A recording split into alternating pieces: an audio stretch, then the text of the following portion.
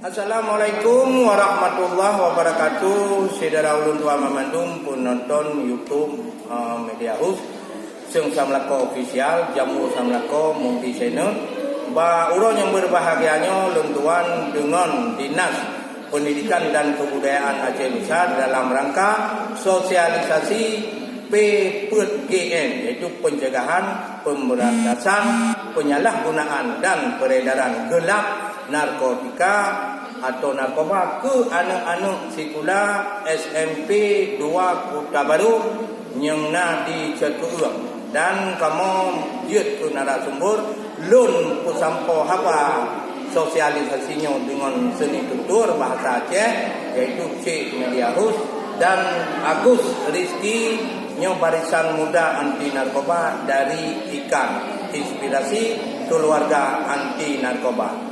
Alhamdulillah ni bauronyo acara sulut sawak wangi sedara ba SMP 2 Kota Baru ayungan bago adik-adik kamu harapan bangsa kamu uronyo wangi ada pegah-pegah bahannya bahaya narkoba karena generasi Aceh lawet nyawa sedihan bago dusun ngon kuda dengan na acara laganya bago anu kuda nyawa kamu pomdumna cara tak pegah tak papa anu nangro penting laganya wangi cedara maka tak ingat saat saboro baik sampai anu nyawa harapan bangsa sudi melepas di ayah kamu menyo anu nyawa tulung narkoba.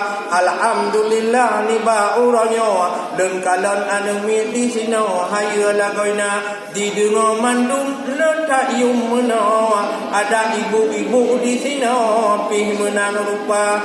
Alhamdulillah Allah tak puja supaya anu nangrau bujroh lagoina Dinas Pendidikan Kebudayaan Aceh Raya wangi ada dupugot acaranya di sekolah-sekolah semoga anak bangsa yang na di Aceh nyawa Allah sabah urang meguna. Terima kasih hendak dari ulun tuan Cik Media House. Mudah-mudahan tengok dan sambung. Akhir haba. Assalamualaikum warahmatullahi wabarakatuh. Waalaikumsalam warahmatullahi wabarakatuh.